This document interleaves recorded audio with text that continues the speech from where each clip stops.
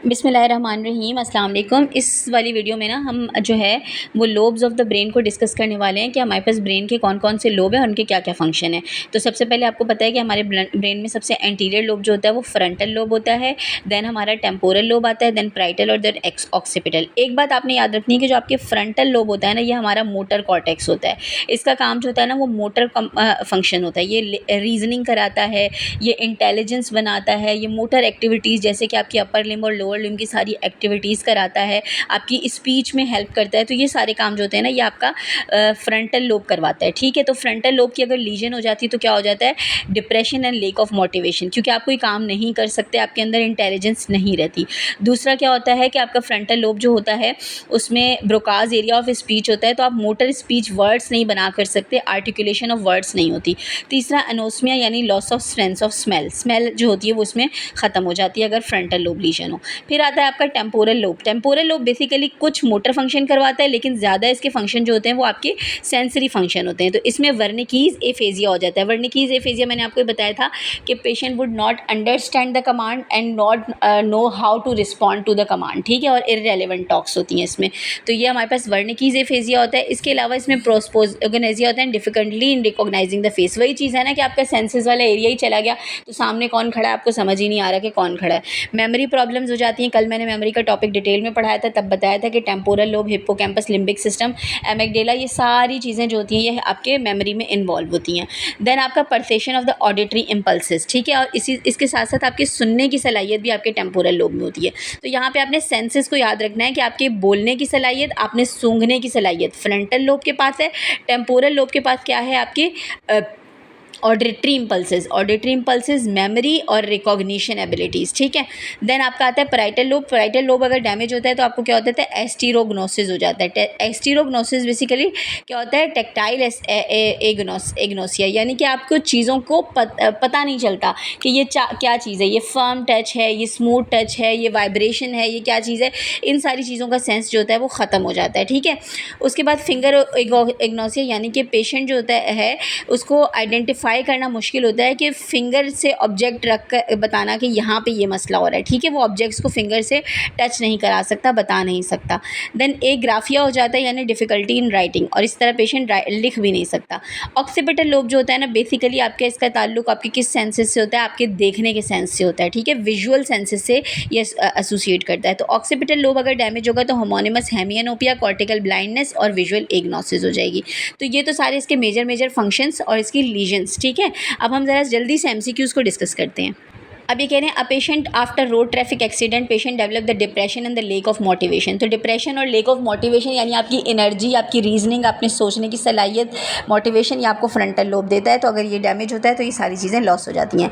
Memory centre located कहाँ पे होता है, टेम्पोरल लोब में। The commonest site for the pyogenic brain abscess. तो पायोजेनिक ब्रेन एब्सेस भी सबसे ज़्यादा कहाँ पे होती है, फ्रंटल लोब में होती है। फ्रंटल में सबसे ज़्यादा जो होती है मोस्ट कॉमन पायोजेनिक एब्सेस होती है, ठीक है।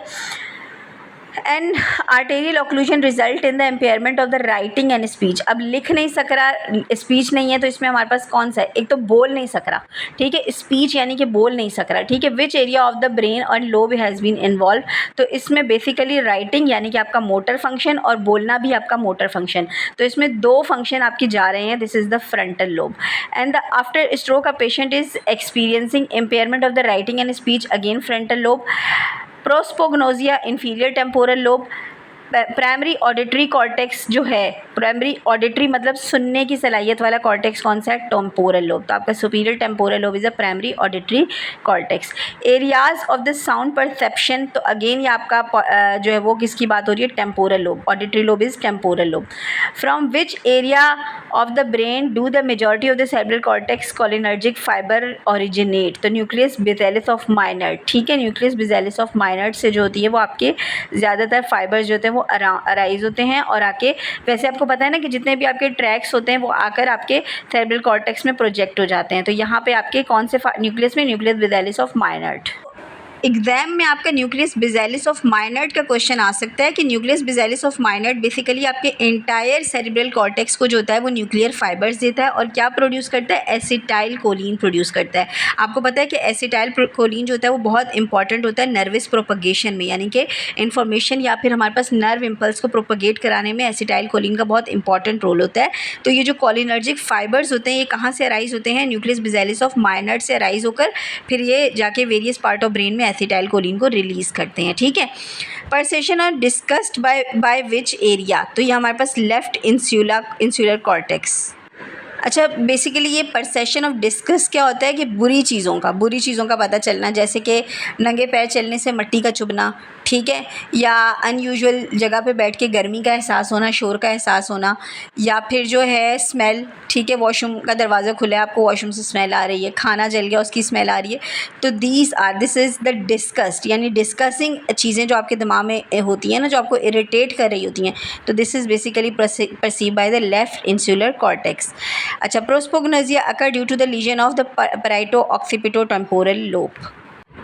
प्रोस्पोग्नोसिया का मतलब है कि वो चीज़ें, वो लोग जिनको आप बहुत अच्छे से पहचानते हो, आपकी फैमिली मेम्बर्स, आपके बच्चे, आपके फ्रेंड्स जिनको आप बहुत अच्छे से जानते हो, पहचानते हो, उनको नहीं पहचान पा रहे। वो चीज़ें, फॉर सपोज़ जो चीज़ें आप रेगुलर इस्तेमाल में लेकर आते हो, आप उनको रिकॉग्नाइज़ नहीं कर पा रहे हो, तो दिस इज़ कॉल्ड द प्रोस्पोग्नोसिया। और प्रोस्पोग्नोसिया भी किस वजह से होता है, आपका टेम्पोरल लोब में वर्निकीज़ एरिया डैमेज होने से होता है। अब यहाँ पे इन्होंने लंबा करके पैराइटो ऑक्सीपिटो टेम्पोरो लिख दिया आपको कंफ्यूज करने के लिए, आपको टेम्पोरल लोब याद रखना है। अगली लाइन में देखिए इन्होंने यही बात बोली है कि facial recognition in daily life is done by which of the following, the fusiform gyrus of temporal lobe. तो बेसिकली जब हमारे पास fusiform gyrus of temporal lobe या Wernicke's area of temporal lobe damage होता है तो प्रोस्पोग्नोसिस हो जाती है। तो actually the lesion in the temporal lobe causing the prosopagnosia. तो प्रोस्पोग्नोसिया का सवाल जब भी आएगा you need to remember for the temporal lobe. अच्छा देखिए, याद रखने की चीज़ें इस तरह से हैं जैसे कि पैरेस्थीसिया हो गया या प्रोस्पोग्नोसिस हो गया या हमारे पास एफेजिया हो गया, ये सारी चीज़ें जो है ना, अगर आप इनकी सिर्फ इन चीज़ों की डेफिनेशन रख लें, एस्टिरोग्नोसिस क्या है, ये सारी चीज़ें अगर आप लिख के इनकी डेफिनेशंस को आप गूगल करके अब समझ लें, याद रख लें, तो this would be very important कि अगर आपको ये पता चल जाए कि आपसे पूछा क्या जा रहा है तो आपको ब्रेन लोब्स के फंक्शन के हिसाब से आप एग्ज़ाम में आराम से डिस्क्रिमिनेट कर सकते हैं। ठीक है, तो दिस इज़ अ की, ये की कॉन्सेप्ट है कि आप पहले लीजन्स को पूरा जो है ना अंडरस्टैंड करें कि लीजन है क्या, पैरेस्थीसिया क्या है, फाइन टच क्या है, क्रूड टच क्या है, एस्टिरोग्नोसिस क्या है, प्रोस्पोग्नोसिस क्या है। अगर आपको ये पता होंगे तो ही आप जो है वो एग्ज़ाम में अपने लोब को पहचान पाओगे कि कौन सा लोब जो है वो डैमेज है आपके पेशेंट के अंदर। ठीक है, तो दिस इज़ द की कि कैसे आपने याद रखनी है चीज़ें फॉर योर एग्ज़ाम।